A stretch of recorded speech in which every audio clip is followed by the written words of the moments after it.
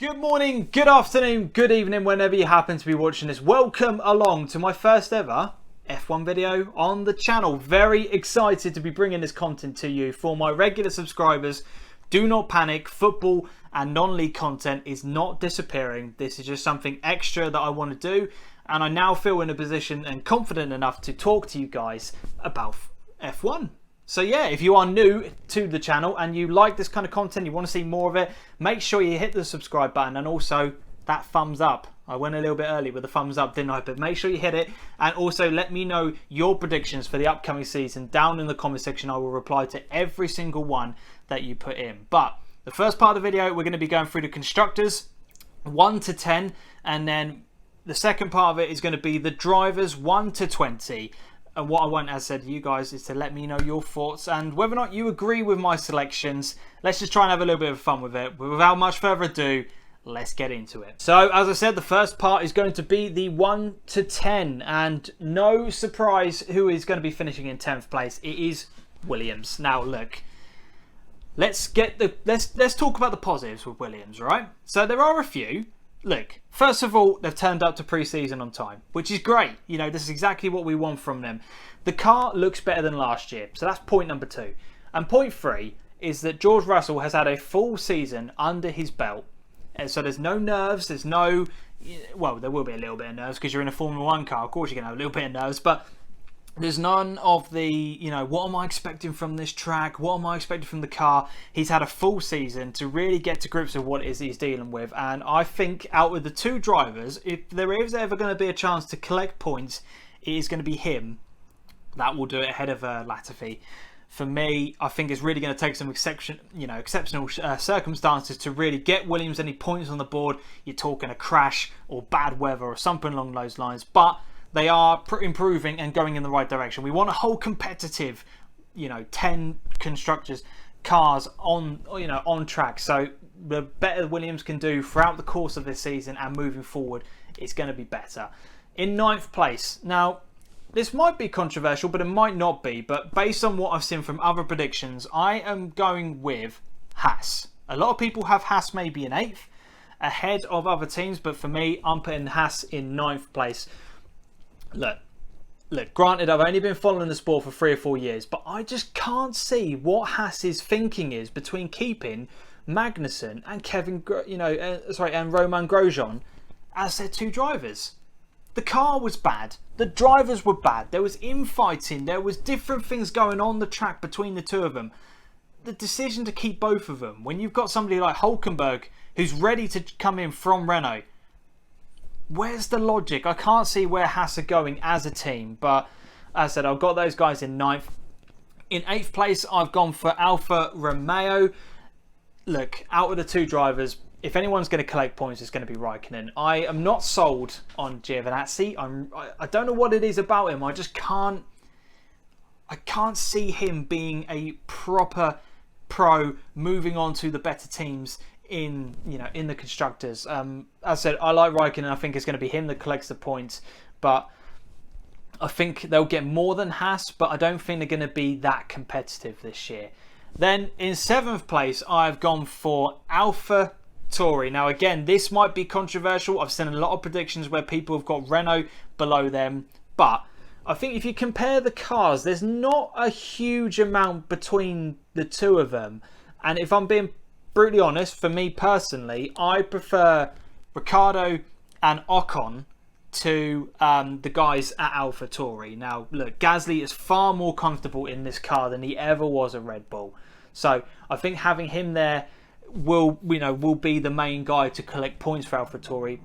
Not saying Kvyat's a bad driver. He's a good driver. He's a very good driver. But I prefer the guys at Renault to AlphaTauri, and that might just be me personally because I'm coming from the fact that I followed Force India right from the get-go, and Ocon was the main reason for that. I just really like him. I think he's an exciting, dynamic driver that really takes risks and wants to go for things, and he's not just going to sit back and just accept that midfield is his position. He's going to really want to drive Renault on. I think that's a fantastic move by them to get him in, despite the fact that Hülkenberg had to be let go.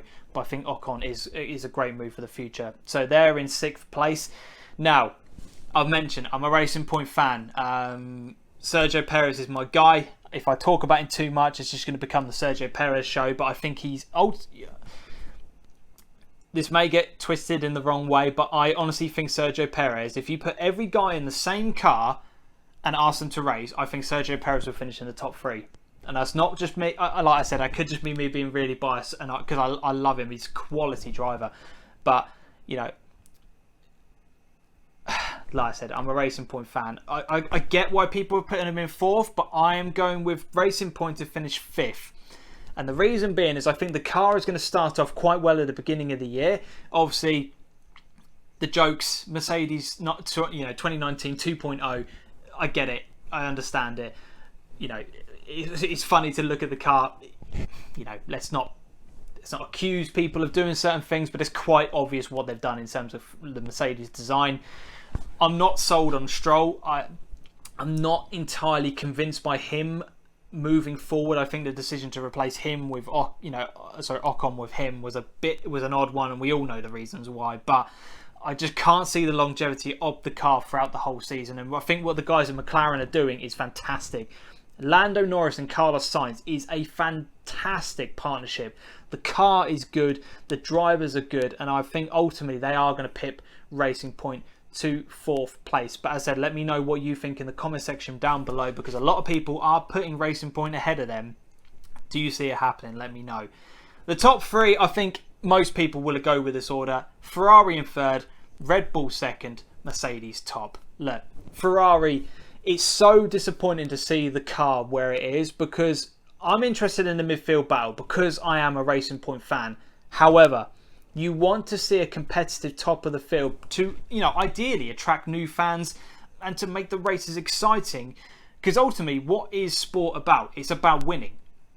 So when you've got the top team dominating again and again and again and again, it gets a bit boring and repetitive and will make people switch off.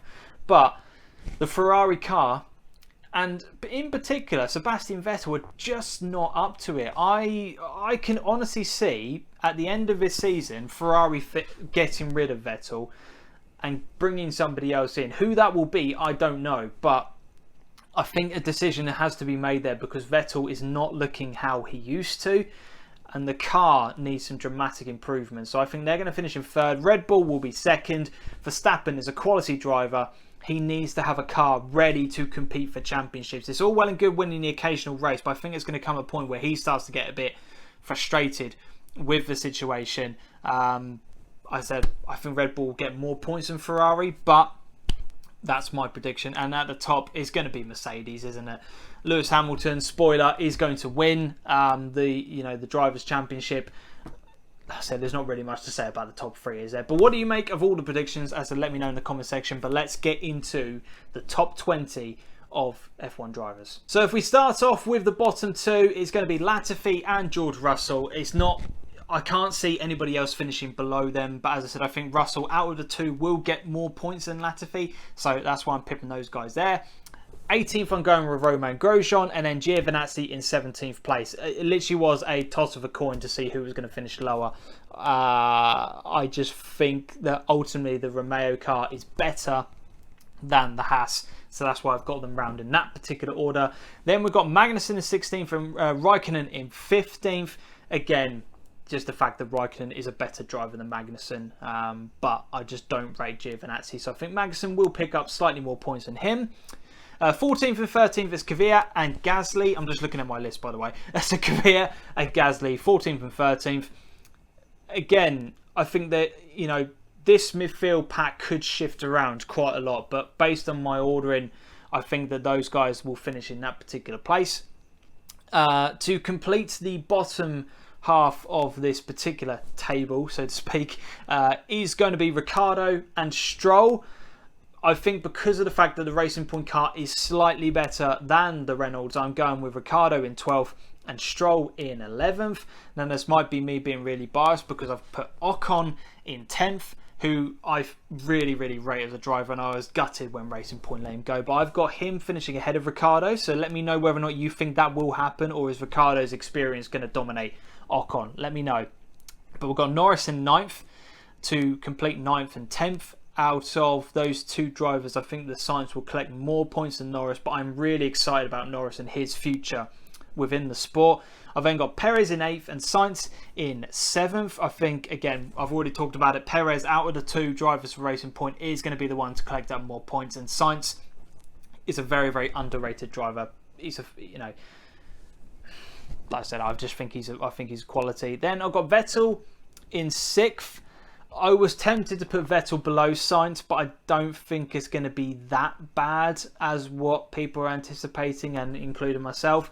But I got Vettel in 6th, Albon in 5th.